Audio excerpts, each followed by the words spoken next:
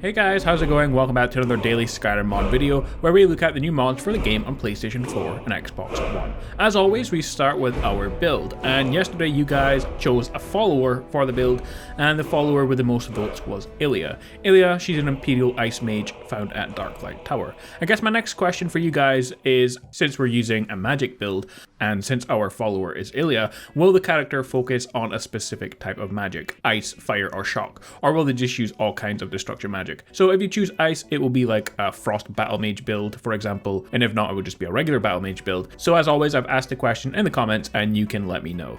Before we start, I want to let you guys know that starting from this week, I will be making some video changes for mods. I don't want to, but there are simply not enough mods out to make a new video every single day. So as you will see in this video, I'm now covering some of the game's smaller tweaks and additions as we are running out of mods. And so I'm planning to do an upcoming mods video to see if it helps let some of the mods build up, as I'm really finding it difficult to find mods every single day. And that means tomorrow will be an upcoming mods video, but we will still cover the Dunmer build in that video. So definitely still check it out, and then after that we will hopefully have 5 more mods to look through. Just want to let you guys know. Anyway, let's take a look at today's mods. The first mod is a new one and it's called Forceful Telekinesis. The mod is a simple one that alters the Vampire's Grip spell, added to the game during the Dawnguard DLC of course, and the spell is located in the Archmage's quarters. You have to steal it from a table. The spell can be used to give you telekinesis, well, almost anyway, and allows you to grab objects and either take them or throw them away or at people. It's powerful, but does drain your magicka quite fast, but still a fun mod to use.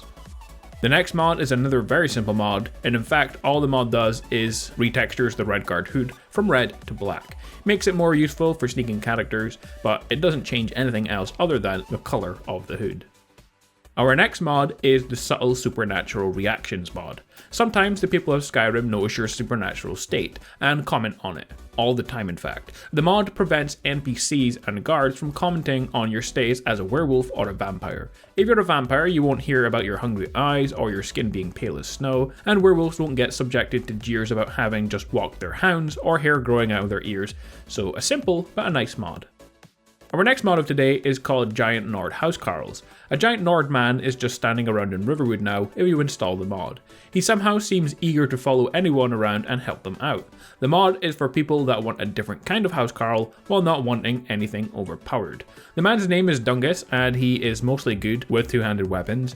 For stats, he's actually a lot stronger than you think. He levels with you all the way up to your level and is good at one-handed, two-handed archery, heavy armor and block. Plus, if you check his inventory, you will see he comes with an actual Daedric artifact for a weapon. So although the author does say he's not overpowered, he is very strong for a follower and he's pretty good in combat.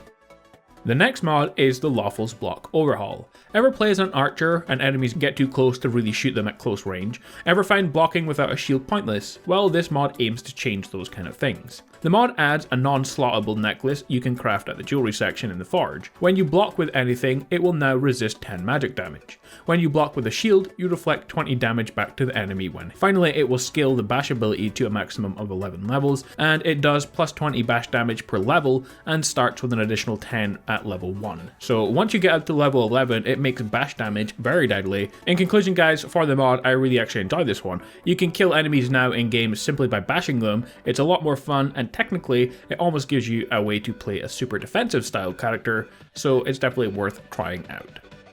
Our final mod is the Kaden Follower Mod.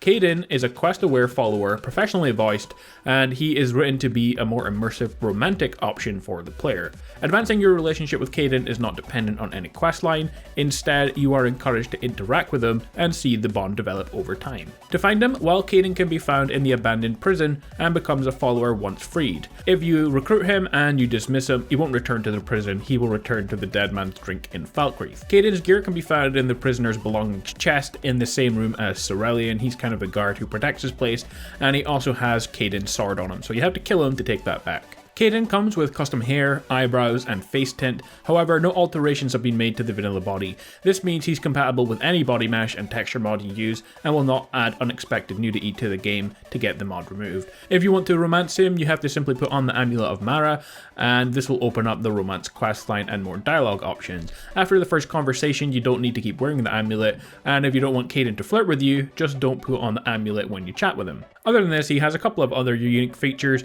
He can swim when when he's following you. He doesn't have any idle chatting when you're sneaking, so he doesn't break your cover. You can also track him on the map, which is very useful if you use the rest option, which is a new option will allow you to keep him somewhere rather than him returning to Falkreath. So you just use the option rest here and he will stay exactly where he is. And of course the mod is still a work in progress as well. So the mod author does plan to update this one over time, including adding Hearthfire and Marriage Ceremony add-ons and further expansions to his dialogue and more. So overall, a really awesome mod. It's already one of the most highly rated follower mods for the game, probably because he's male and we don't see a lot of male followers who actually have a lot of work going into them. So definitely check this one out if you like the look of it in the game. So guys, that is our mods for Skyrim today. Let me know what your thoughts are in the comments and follow me on Twitter. The links are in the description along with my Patreon if you want to help fuel more similar content. As always guys, I'll be back tomorrow. We have an upcoming mods video instead of brand new mods, and don't forget to let me know about your options for the build as well. Anyway guys, as always, stay awesome and I will see you all in the next video.